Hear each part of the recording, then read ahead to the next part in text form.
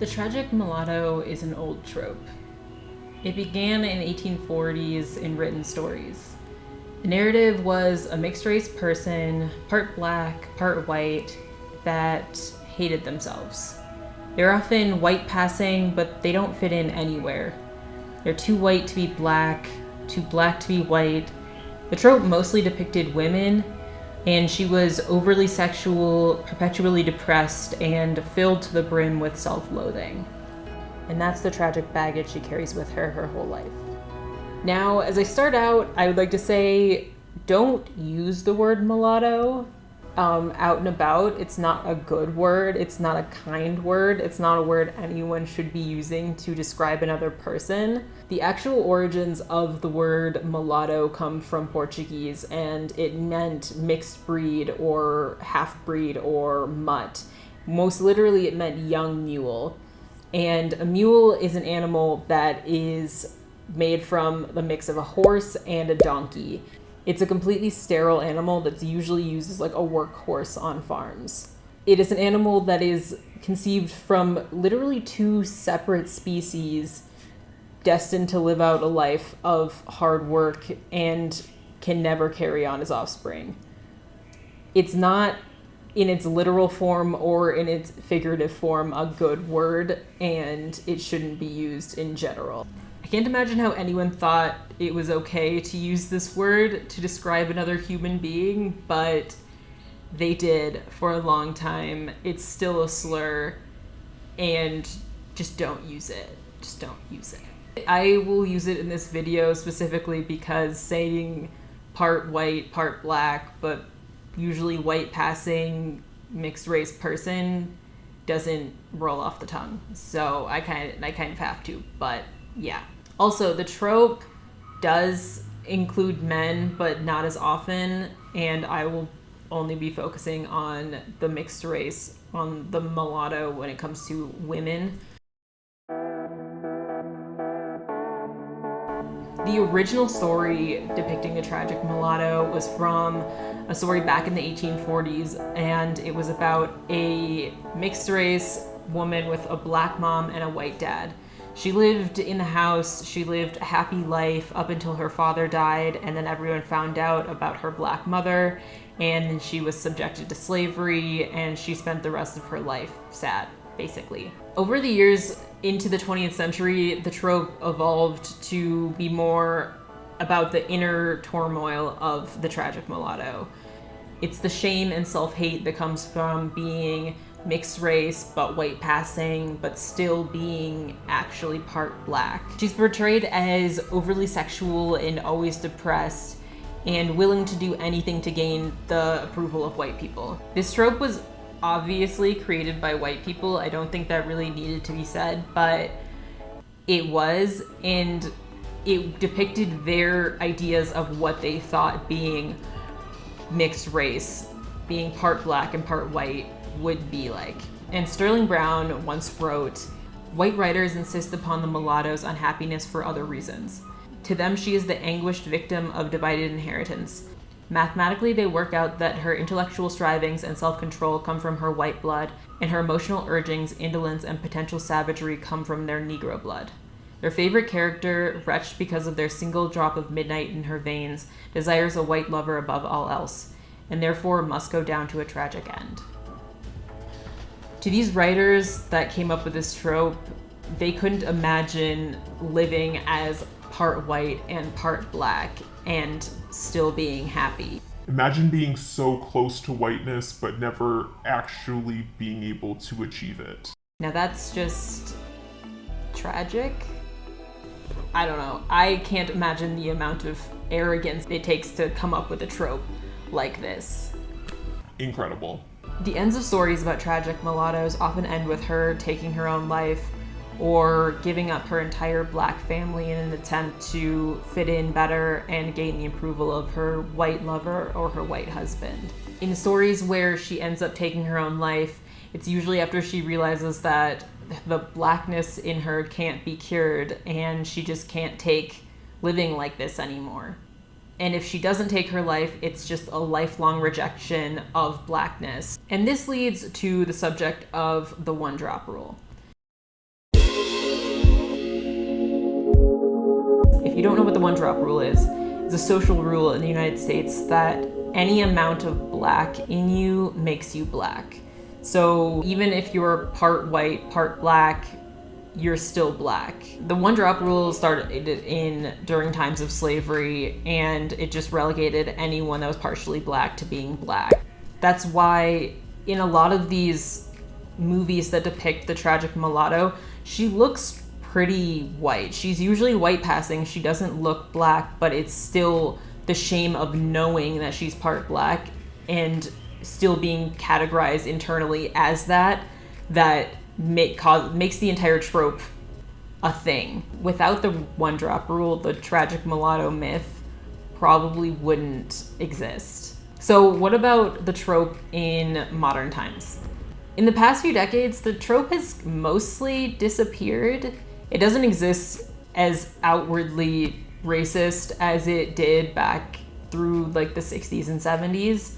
But does the characterization of this trope actually exist in real life?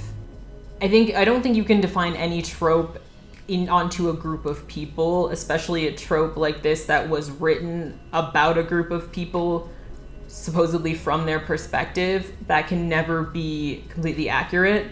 So can never say that the trope existed. But there are some aspects of the trope that are not entirely false when it comes to mixed race black women. Take, for example, Tila Dunn.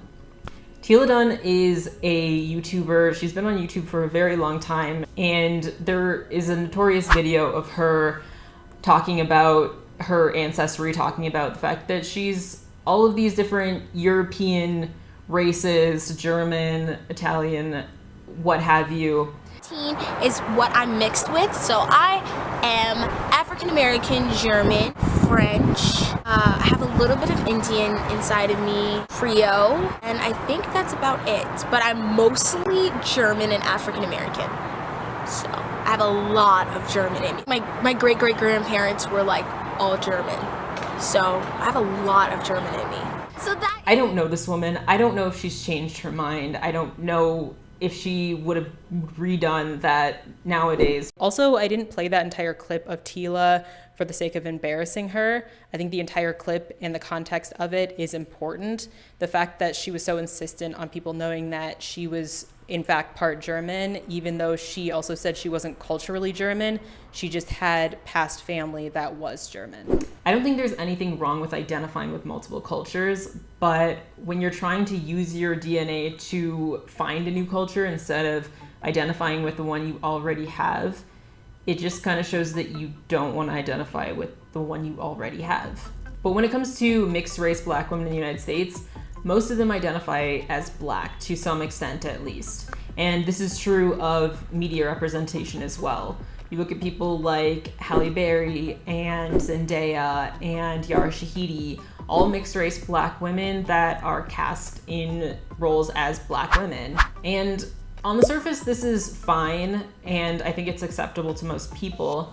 However, in the past decade or so, a lot of roles for black women have gone exclusively to these mixed race black women who tend to have different features. They tend to look more exotic looking, and they tend to be lighter skinned than black women that aren't mixed race.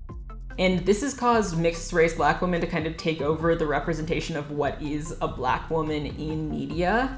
And a lot of black women, fully black women, are not happy about this. In the past year or so, I've noticed a lot of anger and a lot of resentment about the overcasting of mixed race black women for black women's roles.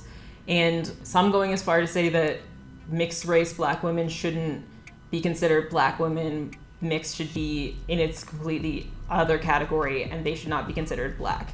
But I think the erasure of dark-skinned women from media isn't the only reason for this amount of resentment. And it's not everyone that thinks this, but it is a noticeable amount of women that are very upset about their lack of representation. But I don't think it's just the media representation that is making these women upset. I think there's also the sense that some mixed race black women are allowing or even reveling in the fact that they've taken over Black female representation. Colorism is a preference for lighter skinned people over darker skinned people and exists pretty much everywhere in the world because of colonialism, but it is very, very pronounced in the Black community. Lighter skinned Black women are more likely to be represented in media, obviously. They're more likely to be called beautiful, and darker skinned men consistently get longer prison sentences than lighter skinned Black men. All this being said, I think there's a lot of Black women that don't see themselves in community with mixed race Black women. I think this is because when darker skinned Black women ask for more representation in media, they're often told that they're just asking for too much. When they point out a lot of colorist lyrics in rap music, they're told that they're just bitter for being less attractive than their lighter skinned counterparts. And some mixed race Black women, at the very least, don't come to their defense, and at worst call these women bitter for acknowledging colorism and how it affects their life. All Black people, mixed race or not, deal with discrimination. And being part Black nowadays has a lot of social capital attached to it. That's why the so-called Instagram face has a lot of Black features. High cheekbones, cat-like eyes, long lashes, a small nose, and full lips. It's a single cyborgian face, she writes. It looks at you coyly but blankly. The face is distinctly white, but ambiguously ethnic. White teenager is being accused of pretending to be Black to get more followers. A Twitter user posted these two photos of her online, one showing her with much lighter skin and straight hair. Having Black features is in fashion as long as you're not actually fully Black. And to be clear, mixed race Black women deal with infinitely more discrimination than women that are trying to look Black that are not Black on Instagram. But still, mixed race Black women deal with less discrimination than darker skinned Black women. And I think the lack of acknowledgement of that on a large scale is what has caused a lot of strife within the Black community. The Tragic Mulatto trope is exactly that. It's a trope. It is dramatized for the point of telling stories and also pushing an agenda, which at the time, and to an extent till today, was the fact that being Black is bad.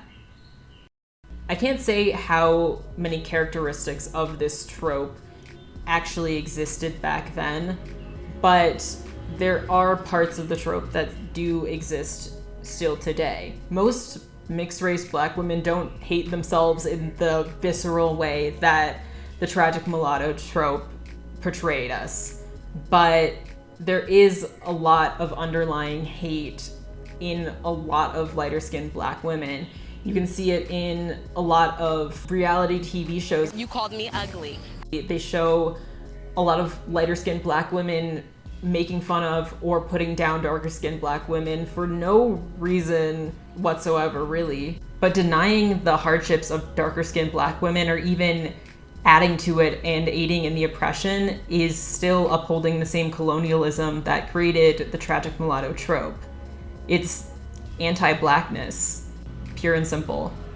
And the trope itself could be construed as either an upholding of whiteness, the desire to be white, or the hatred of being Black.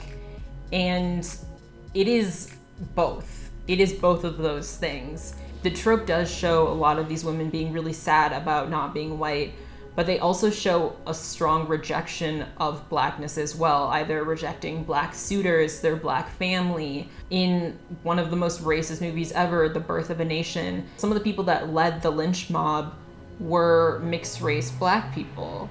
And I think that shows that they didn't just make the trope to show that whiteness is best. The trope was also a lot about how being Black is bad. And I think that's why this trope of being sad and tragic doesn't exist to the same extent in other racial groups. Being half Latina or being half Asian, it doesn't carry the same weight as being part Black and part white.